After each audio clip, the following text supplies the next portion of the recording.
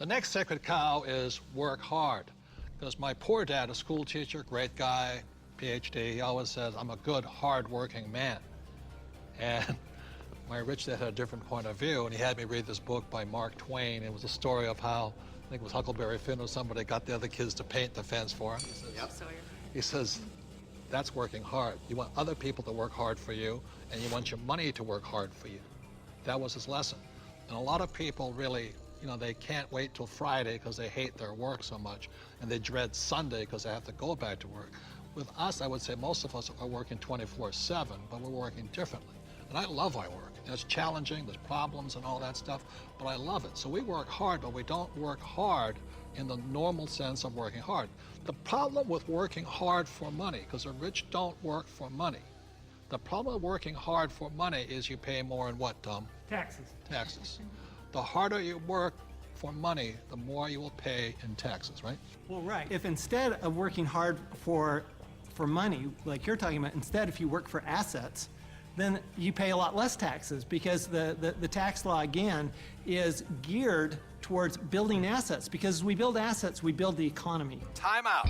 The big difference between E's and S's and B's and I's, E's and S's focus on the income statement, and B's and I's focus on the asset column. My rich dad simply said to me, he says, assets put money in your pocket whether you work or not, and liabilities take money from your pocket.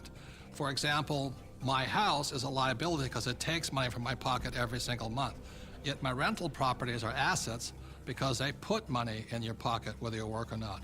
One of the reasons so many people are struggling financially today is they're buying liabilities they think are assets. As we build assets, the economy grows, and the employees get benefits also, because now we have more jobs for more employees. But on Michael's side, why are people working so hard is because the Fed's also working hard printing money, right? Yeah, people. I've got friends that just say, I need to get more hours, or I need to get a second job or something like that.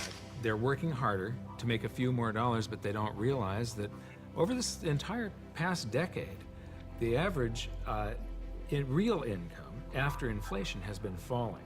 So the harder people work, the less they're making anyway, because the government and the Federal Reserve, the banking system, they're basically stealing it from them. Can we bring in the bags of coins right now? Thank you. I'm not going to hold that. I'll give you an example. In the year 2000, one gold coin cost $300. So this is $300 in US quarters. Today, in 2010, that same gold coin, it takes $1,100 to buy the same coin. So the reason people have to work so hard to keep up, to keep paying money, is because the value of your dollars are going down. So the insanity of going to get another job, pay more taxes, and work harder, when how many dollars did the Fed print in 2009? From August of 2008 through 2009, they created about 1.5 times more paper dollars than it took 200 previous years to print. So that's why people are working harder, because your money is worth less. And it isn't the coin that changed. People don't understand that it isn't this price going up, it's the value of the dollar falling. It's the currency that's changing. The can of soup in the grocery store, that can of Campbell's soup, it's the same can with the same contents from back in 1950 when it was 15 cents to today where it's $1.95 or whatever it is. So that's why the rules have changed. In 1971, the US dollar stopped being money and it became a currency, it became debt. It became an IOU from the federal government. And the thing is, they can print as much as they like of it. And the more they print, the harder you have to work. It all takes place in your head. Take this glass here. In this case, the glass here is context. It holds the content, in this case, the water. E's and S's have a different context than B's and I's. Having a different context, E's and S's attract the sacred cows like go to school, work hard, live below your means.